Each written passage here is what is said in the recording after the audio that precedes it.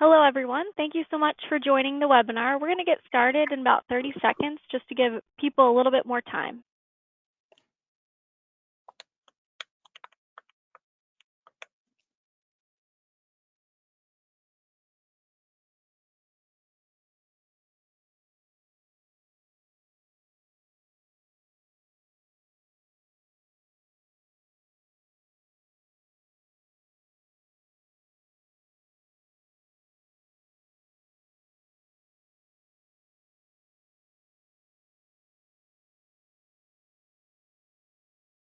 Hello, everybody. Thank you so much for joining us this morning or afternoon, depending on where you are in the world. We really appreciate you taking the time to join us. I'm Ellie Mansour. I'm the marketing manager here at Choice Solutions. Just a friendly reminder, if you have any questions throughout the webinar, feel free to utilize the chat or questions module that we have within GoToWebinar. So we'll be sure to facilitate and answer those. And then we will have some live polling questions throughout. So make sure to engage with us on those, and I'll share majority of those poll questions as we go. So I'm going to go ahead and kick things over to Dana Steinlogge with Choice Solutions. Hey, good morning, everybody, and thank you for joining us. Just on behalf of our team, as well as SecureSky, we want to thank you for taking time to be a part of this session today. We always take a lot of pride and put a lot of effort into making sure we bring content and insights and education that brings value to you and respects your time. So very excited about today, very excited about all those that are joining that have an interest to understand the power of Azure Sentinel and maybe what that might mean for you now or in the future. So before we kind of go into that, I'll just share real briefly for those of you who aren't familiar with us, just a high level on our team, and we'll get and kind of the whys on we set this up for today, and then we'll get you rolling with the team from SecureSky. So just briefly, our team, we're mainly focused presence-wise in the central US and the Southeast in terms of where we have our people and our staff at. We've had the opportunity to work across 34 different states and over 700 different companies over the course of the last five years or so as a team. And kind of, why and what we enjoy kind of getting engaged and helping others with is, everybody's in the midst of this cloud transformation, right? This movement from maybe legacy applications, traditional infrastructure, platforms, on-prem data centers, and you're moving towards, adoption of SaaS applications, the adoption of public cloud services, as well as kind of reinventing what you're doing for workloads that need to that still makes sense to stay on-prem and leveraging, newer private cloud innovation solutions. All with following goals. So in the security space, with this transition, there's a couple of different things, and SecureSky is really going to dive into this further. A couple of different things that are really driving maybe need for looking at new ways of doing things from a traditional SIEM perspective. Again, traditional SIEM solutions might have been tied to traditional infrastructure approaches that might not scale out very well, as well as you have this shift now in applications and events that are being generated on-prem in the cloud and SaaS-based applications. So this kind of this new environment that's being generated and new opportunity maybe for newer approaches. All the while, especially in the security space, IT organizations, IT staffs have been constrained, right? Being challenged, whether it be keeping up with day-to-day or being able to focus on new projects, and that's been very true in the traditional SIEM and security monitoring and management space for many organizations, from a security analyst and other perspectives. And that's something that through some of the information that SecureSky is going to share, I think you really find some great ideas and insights there. And as organizations, you're always looking for partners, trusted IT organizations that can that meet all these check marks, right? That can have the expertise, the knowledge, the track record, a way of doing business, as well as just innovation that can help bring value to you and help you with new challenges that you're facing. So really, our focus here at Choice Solutions, we strive to help come in, provide hybrid cloud solutions. We want to help you improve the employee technology experience, and we also want to help you adopt simpler, more secure IT environments from the data center or the cloud service all the way out to the endpoint. We do this through simple cloud architecture, so some things we'll be sharing here today with SecureSky, secure digital workspaces, and automated IT services. And a lot of automation, again, will be part of some of the stuff that SecureSky will be sharing around Azure Sentinel. specifically around the Microsoft Cloud. This is definitely an area that we've been focusing and really growing in our competencies and value to be able to help you. We've got competencies in a number of areas, whether it be around some of the things you might be doing with end user computing on Office 365, Citrix, if you have Citrix environments, being able to successfully leverage Citrix on Azure, exploring Windows Virtual Desktop, unpacking the power of FS Logics maybe for your environment. As well as with just Azure core services, Azure Active Directory, MFA, and single sign-off of the hybrid cloud, as well as just leveraging, infrastructure as a service through the Microsoft Cloud. So those are things that we've been really growing and ramping up on the ability to help you out as a partner as you explore these public cloud services that you might have entitlement to or looking to explore. And through that, we've also formed some great partnerships, and one of them being is SecureSky. SecureSky is a company with a lot of folks that we've had experience working with for a number of years, and they're working to develop. They've got a ton of experience in the traditional SIEM space, but they also recognize solutions and needs that exist with the cloud era, in developing services and a company to really come in and help, especially with as you're adopting services through the Microsoft Cloud. They've got a lot of great services and solutions, but they also a number of other things for other SaaS applications as well. So very excited to introduce Brandon Cox and Mike Herbeck with SecureSky to kind of dive in and share and kind of help you unpack the power of Microsoft Sentinel. Awesome. Thank you so much, Dana and Ellie, for the introduction. This is Brandon Cox. I'm Director of Product Architecture here at SecureSky. I am joined by Mike Rabick, our CEO. I just wanted to take a second, thank Choice Solutions for inviting us to share our experiences with Sentinel, leveraging the power of Sentinel. And really what we're going to showcase here is not just the features and functionality of Sentinel, but really lessons learned as we've interacted with them, with utilizing it both for ourselves as well as our customer base. So starting out a little bit with just who SecureSky is, we come from a long background of managed security services space. So we come from another company that had an MSSP, over 20 years of experience with that specific space. We did in-depth expertise around different cloud environments, whether it be Azure, AWS, Google, as well as other SaaS providers, and then thought and industry leadership throughout several different gold standards throughout the security ecosystem. So PCI, HITRUST, CIS, and then Cloud Security Alliance. Myself and a handful of others are also co-authors on several different CIS benchmarks, whether it be the Microsoft 365 benchmark, and we're also developing a G Suite benchmark right now.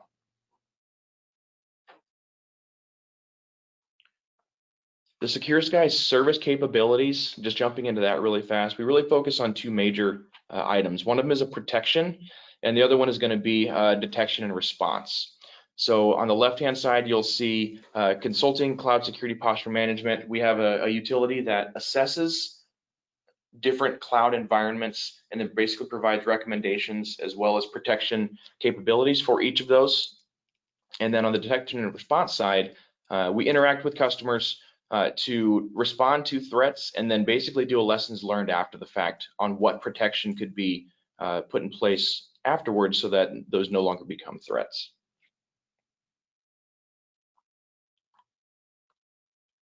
Jumping right in here, we wanted to talk a little bit about the necessity for a security information and event management system here in 2020. So environments are rapidly changing and evolving. There's the traditional on-premise data center isn't really in existence anymore. You have a lot of boundaries that are blurred lines. Data is all over the place, whether it's within one or multiple different cloud providers in addition to endpoints around the world. Compliance requires monitoring and reporting across all of these environments. Getting that visibility is extremely difficult. Our resources are stretched, especially during the pandemic. So we're trying to squeeze all of the effort out of the resources. We're not necessarily getting a lot of new ones at this point. And yet the growth in cyber attacks is still increasing. And then because of that, we need to have that visibility, aggregating that data together, being able to correlate all of that information together. And then even more critical now is automating detection and response from there. So we'll talk a little bit about how Sentinel utilizes each of these. But before we do that, we wanted to talk about log collection. There's two major practices around log collection. It's basically just a standard log collection analytics versus your security-focused SIEM platform. Each of these have their own pros and cons. They all have their unique characteristics. If you're talking about those from a general perspective, as opposed to even talking about the vendors that kind of fall within each of those categories. When we talk about those comparisons, you have your collection analytics on the left and then the SIEM platforms on the right. Really, the primary purpose of a collection analytics platform is going to be for free-form investigation and research, whereas that SIEM is going to be around event detection and response. Now, because you're going to be performing free-form analytics, you want to have as much data as you can within that platform. Whereas on a SIEM, especially because there's usually a higher consumption model as far as the price is concerned, you want to make sure you're getting the right data in there. And that data also has to be structured for proper correlation mechanisms. From a workflow and case management system, usually you're not interacting with case management from an analytics platform. You're just doing free-form searches. Whereas that SIEM is going to have incident generation, it's going to have a journaling system associated with it for you to be able to respond and then analyze what was actually occurred within that case. And then I mentioned before, there's usually a higher cost associated with that SIEM from an ingestion and retention perspective. There's also usually a little bit more specialized expertise required, whether it's either the individual vendors or data sources that you're interacting with, or just the security expertise of knowing what to look for. And then last but not least, usually that collection platform doesn't have a lot of security-focused analytics, detection algorithms, and then very limited automation when it comes to that automated response especially. Whereas that SIEM is going to have both pre-built features as well as extendable or customizable features within. And before we get into the features and functionality, we're going to stop for our first poll question. So how many of you currently have a SIEM? And then just please take a moment to select one of the answers below. We appreciate your participation.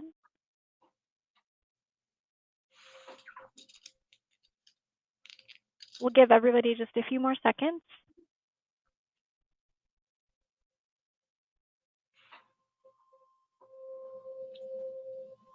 Okay, so as of right now, each answer has been selected, so it's a pretty close call. So we're neck and neck with I use Sentinel currently, and then the second one that's neck and neck is I use a different SIEM but looking to switch. So it looks like a lot of you participated, so we appreciate that. Thank you.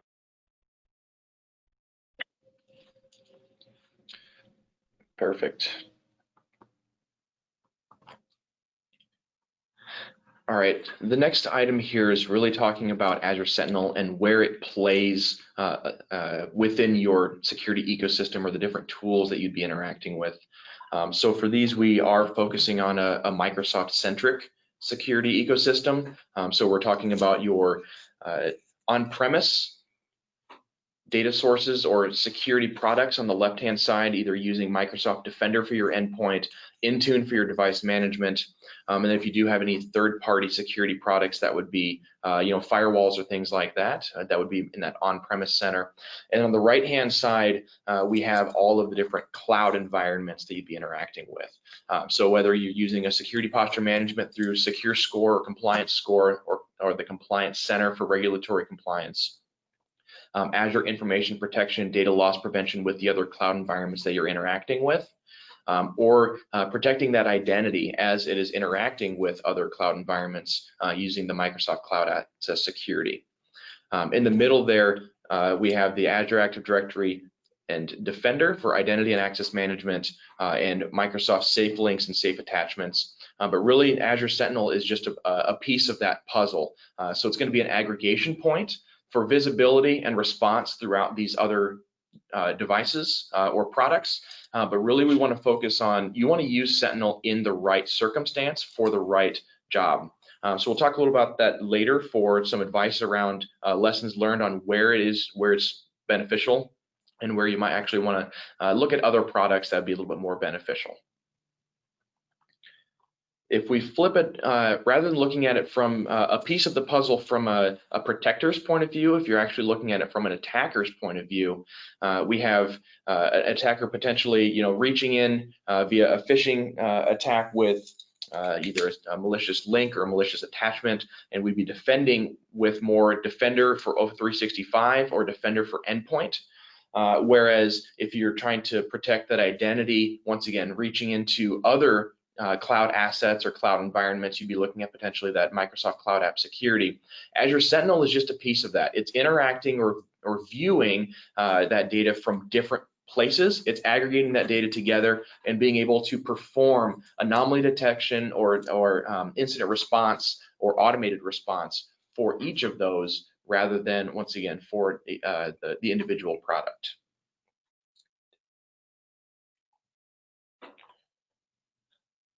Now I'm going to talk a little bit about the Azure Processing Stack, which is basically going to be all of the Azure modules that exist within Sentinel, because we're not interacting with a brand new product when you're interacting or using Sentinel. There's a lot of the tried and true modules that Microsoft has had in Azure for quite a time. So on the left-hand side, we've got source types, where the data is going to reside, whether it's in Azure or Office 365, or even a third-party cloud if you are pulling in from AWS or anywhere else, as well as that on-premise. So any of the on-premise sources, there is an agent that you can deploy in order to retrieve data. If it's from a firewall or from a Windows server or Linux server, anything like that, you'd be able to pull in data as well. So you really have that hybrid visibility. And you can also pull in other extended cloud, if you have any SaaS products or anything like that, other applications or other custom sources. Those are ones that do require a little bit more effort. They're not pre-built in those circumstances, but you can query something like Salesforce, for example, and pull that data back so you still have that single point of view into all of your data.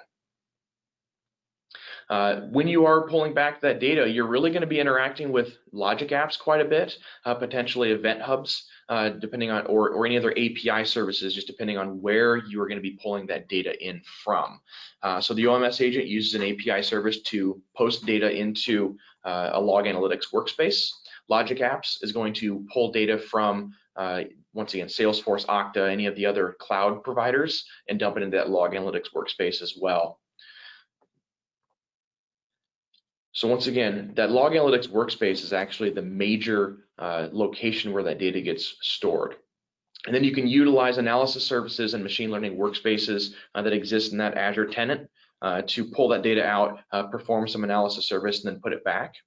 And then you have visualization techniques, which is really a lot of the same thing as what you have with your Power BI, your dashboarding capabilities. And then Microsoft has utilized Jupyter notebooks. They've rebranded them to Azure notebooks in order to provide any of that more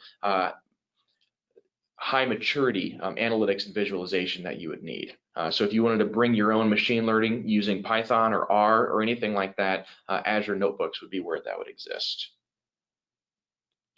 And really, Sentinel just stacks on top of all of those. So it does give a security spin into each of them. You have your visibility and you have your dashboarding that will focus on a specific firewall or a specific data source. There's analytics rules that will be able to aggregate this data together. Your incident response and your visualization and your hunting is all just using these prior modules, however. Hi, this is Mike Rabick. I wanted to jump in and let Brandon take a breath here for a second. A couple things with the polling where we had a lot of folks that already have SIEMs potentially looking to switch to Sentinel. A couple questions we normally get quite a bit around Sentinel as people look at it. Up on top, you'll see a consumption-based pricing with a little clock.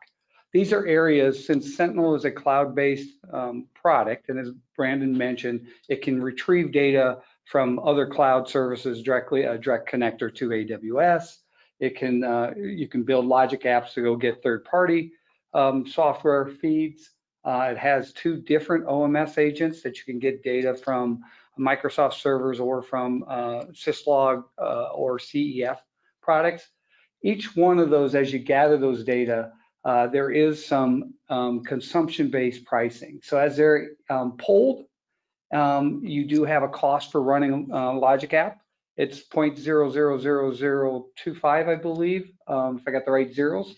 So very low cost. It's very minimum. Most customers may have $5 to $10 a month of fees to go gather data.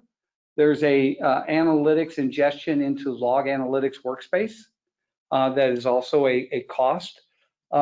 Before data is given even to Log Analytics, you have a bunch of places to tune.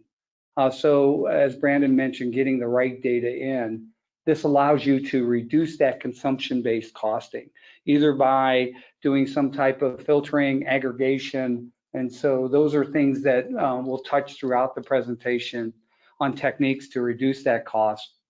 There's some costs when you want to run your own machine learning, although a great deal of statistical analysis and training can be done within normal queries within Log Analytics without going into complex machine learning environments, excuse me. So one of the things you'll build into your project is, how do I reduce that consumption-based pricing? Storage is extremely cheap and is normally, again, a very small cost to it. Most of the actual cost that matters in most implementations will be that ingestion into that Log Analytics and into Sentinel. So calculators are out there as part of your planning, getting some of your existing log feed volumes from your SIEM or from firewall management consoles can help calculate these values up front. Back to Brandon. Yeah, that's a good point about that ingestion, right? When you do pop into that calculator, there are price breaks based on ingestion rates. So you can see, once you get to 100 gig, 200 gigs a day, there's a couple of price points, and then there's a retention model as well. So you'll get that data for 90 days by default, but you can actually extend it out to 2 years. So we do recommend either a 6-month to 2-year mark, just from depending on compliance regulation or anything like that you might fall into. But we do like to have a little bit more data than just that 90 days. Before I move on, I'm going to start talking a little bit about some of the major features now.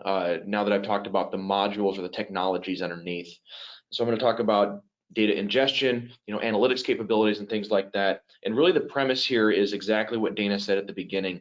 We don't just want to showcase or highlight these features. We want to talk about lessons learned and advice around each of them.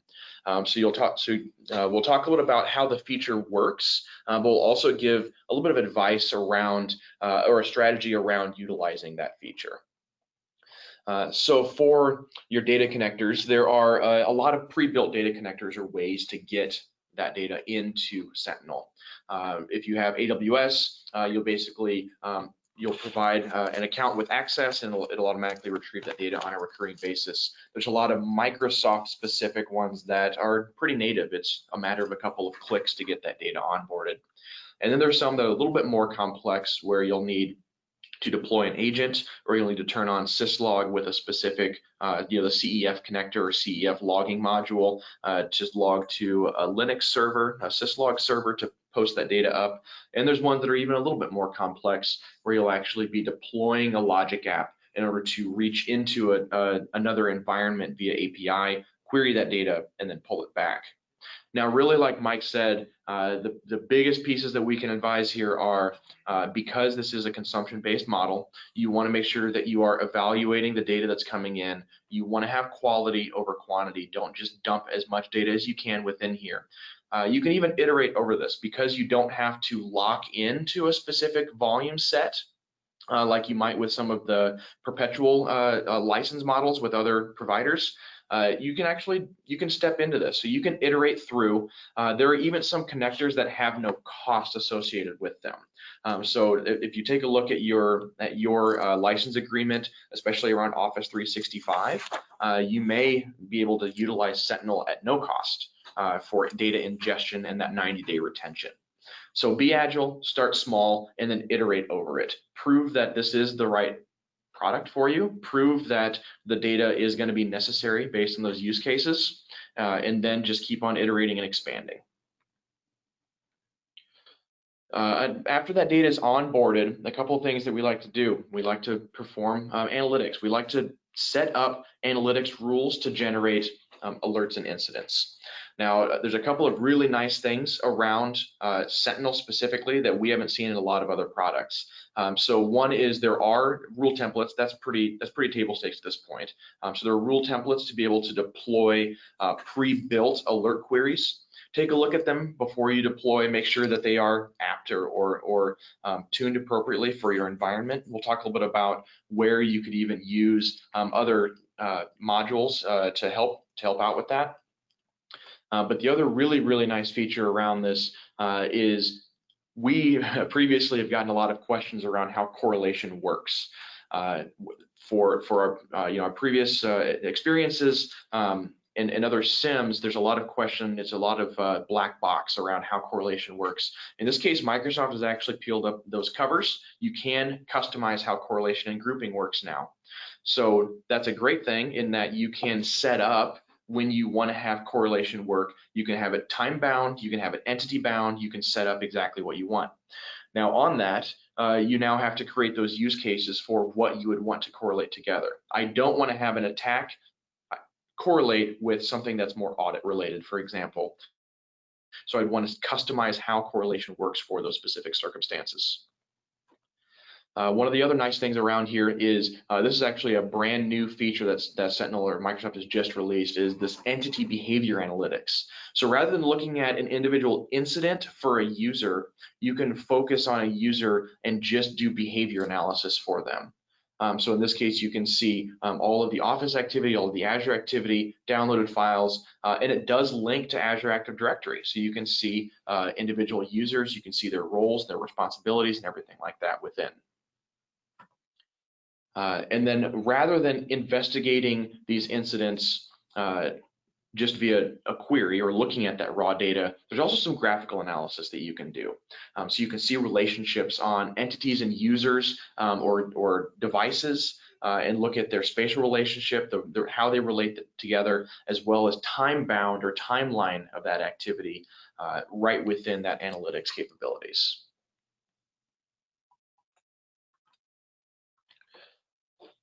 Another side of this that's really nice is visualization. So all of this is built into that Sentinel workspace. So there are, once again, pre-built, and this is a pre-built AWS specific workbook that we've just wound up tuning for the environment. So all of this visualization comes out of the box. Now you have the ability to deploy and tune your own workbooks as well, but this is really where you're going to get your investigation and visualization capabilities. So there's ones that you can just click in and view, and there's some that also require a little bit of prompting. So in this case, we have an investigation where we actually want to type in, we parameterize this search. So we want to just type in a specific IP address, and then we'll get all the related results visually. Advice here, visibility is key. So take a look at the low-hanging fruit, deploy any of the workbooks that are applicable to your data sources by default and customize them. The other one is we built a lot of custom workbooks or custom libraries of workbooks ourselves for our customers. When we go through it, just go to the log exploration section and write out your queries and then save them to a notepad and then have 5 or 10 of those and then go actually into your workbook. That way you can manipulate the data as you need to and you can explore through the data as you need to before you actually move them over to that workbook. And that makes it a whole lot easier to really dump in a lot of queries and move them around. That way you're not trying to tweak both the query content as well as the size and shape of each individual dashboard item. One of the things that, as you look at this investigation workbook there, one of the things that we do a lot for customers is normally you will get a lot of the same events. And the whole art of a SIEM is to tailor those events and get rid of the false positive, make them more, more accurate, and then eventually automate them. So one of the things you can build in your investigation dashboards is you can go ahead and build a dashboard workbook that you can actually do all the research associated with a given type of alert. If you have a risky, a risky user that's coming up, you can do the history of that user. You can see if they've traveled before. You can tell which department they're in. And all that data can be gathered either through the query language, or it can be pulled through APIs. It can be dynamically pulled.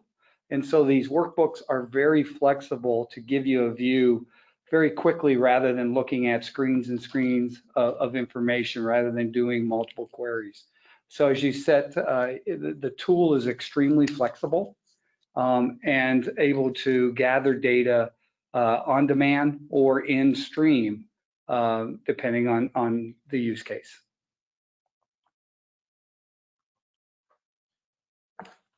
Another really nice utility here within Sentinel is the hunting workbench. And so in this case, Microsoft's deployed quite a few hunting queries that are stock that you can run. One of the nice things that I really like around this is the ability to customize that time frame and run all of the queries rather than hopping into an individual query and getting no results, for example. You can run them in mass and then only focus on the ones that have results.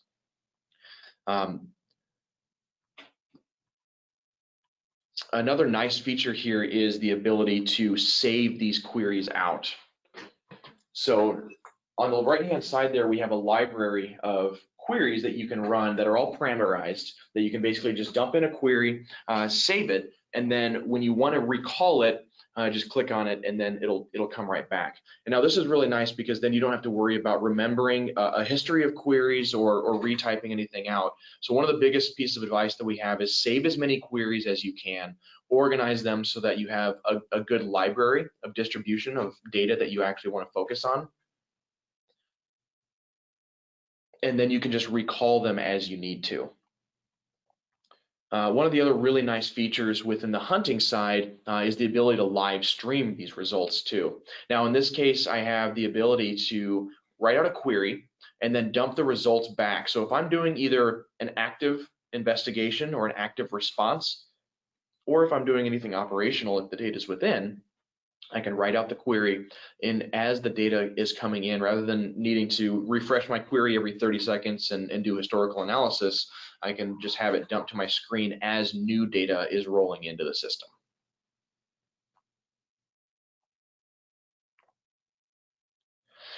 On the alerting and incident side, there's a full case management system that you have. Once that alert generates, it'll generate as an incident. You can then perform investigation against that incident. There's a full threat intelligence library that you can actually dump your own data sitting next to all of the threat intelligence that Microsoft supplies by default. So there's a lot of integration points. It supports just the general STIX taxi format, as well as now there are a handful of Microsoft partners that have the ability to dump this data in. That's kind of a pre-configured. But one of the other really nice things around the alert and incident side that we haven't seen as much is the ability to audit how your SOC or how your security personnel is interacting with this product. So in this case, we have how efficient are these incidents being resolved or investigated? And then you can even pop into an individual incident and see all of the activity that occurred for it. So a couple of really key items out of the incident side. Make sure that you are taking thorough time testing out these incidents. If I pair this alert response and the incident side to the analytics side, alert fatigue is the #1 failure for SIEMs. #1 reason for failure for SIEMs, I'm sorry. So use a strategy for deploying these alerts to make sure that you're not going to get that alert fatigue. One of the things that we like to do is we'll actually deploy our alerts as hunting queries first in an environment, and then recurringly go in, run them, look at the results, and tune them using that section as kind of an incubator. That way, once I'm comfortable with an alert, then I can promote that hunting query into a real-time alert and build my response actions for it. All right, I think we've got our next polling question here.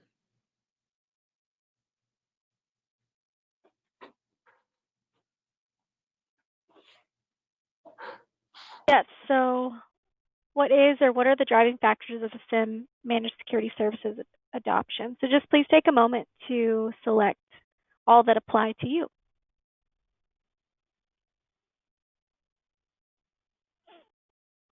Thank you so much for participating. We'll give everyone just a few more seconds.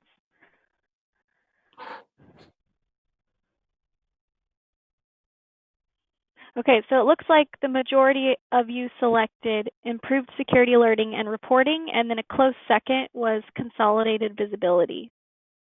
Thank you again for your participation. Excellent. All right, so we just have a little bit of time here now. So we've covered some of the major features of Sentinel, advice around utilization.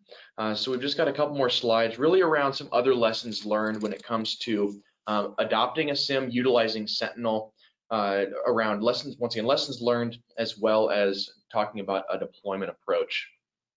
So when you're looking to deploy, once again, a SIEM in general, or Sentinel, if you're looking specifically at that, ask the right questions.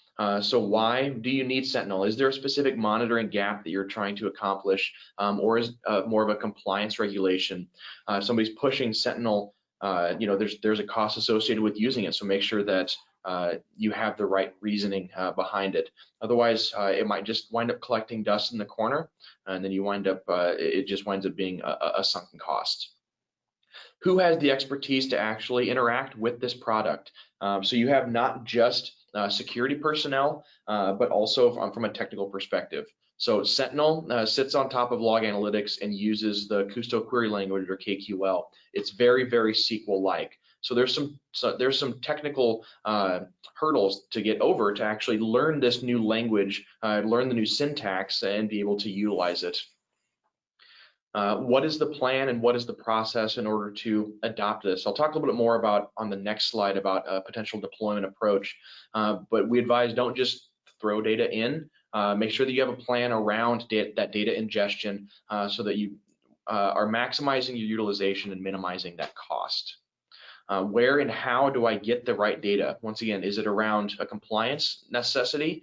Do you have a data retention requirement?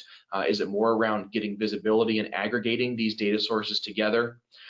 In these circumstances, don't just say, well, I think that I need this specific data source, because actually just sit down, develop a use case that proves that data is needed. Develop a use case that proves that you want to be able to pull these two data sources together and even correlate them. And then the biggest one is, when do I say no? So just because you have a hammer, just because you have a Sentinel, does not mean that everything's a nail. In these circumstances, there are many, many use cases that there's another security product that is going to be more beneficial. We've gotten into a lot of discussions with customers around the concept of a risky identity, for example. And they say, if there's risk detected, I want to be able to perform a response. Well, that might be more apt for like Azure Active Directory Premium and the risky users approach that way, rather than actually trying to build it in Sentinel, for example. So I think one of the things that we normally see when we look at implementations is, and I'll highlight a couple, is really getting the right expertise in the right team and building that plan. Making sure that you have sponsorship from IT and business sponsorship to generate use cases as well. So it's a very powerful platform. It's very open, and you can build anything with it. And as Brandon said, that doesn't mean you should. But getting that right team put together and taking it at a very agile approach can be very successful and a very helpful tool, and can automate a great deal of your actions. Easy to get data from clouds, easy to get data from your SaaS applications, much easier than traditional SIEMs, and has a very powerful analytics and processing engine. But without the right people and the right plan, it's very difficult to realize that. So we would recommend that highly as a takeaway from the meeting. Yeah, absolutely. We're actually going to end with a slide around that plan. So this is an example plan that we used in a SIEM deployment approach. And really it's a 5-stage kind of a maturity model, right? So you want to make sure that you are performing discovery, assessing, and each of these you'll see has specific results or output from the step in the plan, as well as discussion points for that specific step. So if you're performing discovery and assessment up front to determine what is needed, planning around getting that data onboarded, making sure that those use cases are derived, deploying a POC, just something small to prove that this is the right model and the right product and the right technology for you. Adjusting based on those lessons learned, making sure that the POC was successful, but no POC is 100% successful. You got to adjust at least a little bit, and then based on that, optimizing that deployment, and then pushing out more and more automation. Now, if you see below, you can iterate through this. You don't have to have one swim lane for this activity. You can definitely parallelize this work. Once you get to lessons learned, you can POC something else, as long as you're comfortable with doing that and the resources are comfortable with doing that. But this is our biggest piece that we would recommend. And once again, just an example of what that deployment would look like. One more item associated with this. This is very focused on a Sentinel deployment or a SIEM deployment. With any SIEM, that should be the part in which you're watching a different type of activity and responding, whether it's automated or through humans. We highly recommend that, which Brandon mentioned really early in the presentation, make sure these environments are protected. Make sure you're reducing the attack surface. Otherwise, the SIEM will do its job and tell you about a bunch of attacks and tell you about a bunch of anomalies within your environment. So, making sure you understand the attack vectors, reducing those, make sure you understand the anomalies in your environment and classifying them will be another important part that's kind of outside of this approach and should be wrapped in front of it and around it. Absolutely. All right, we definitely want to respect everyone's time. We just have a couple of minutes left. So that is the end of the content here. We definitely thank you all for attending. Thank you, Choice, for inviting us to participate here. I think, Ellie, we had one more item, right? Yep. So if you wanted a consultation or assessment with us as a follow-up from this presentation, we would be happy to sit down with you. So just go ahead and select one of the below. Again, we really appreciate your time today, and if you would like follow-up from Choice Solutions and SecureSky, we'd be happy to facilitate and do that. We'll just give everybody a couple more seconds.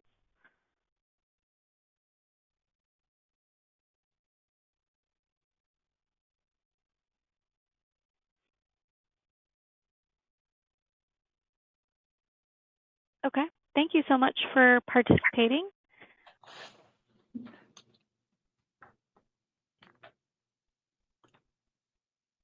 Okay, well, Brandon and SecureSky team, Dana, if you guys don't have anything else, we'll go ahead and conclude. Again, we really appreciate your time today, and we'll be in touch. Thank you. Have a great day. Thank you.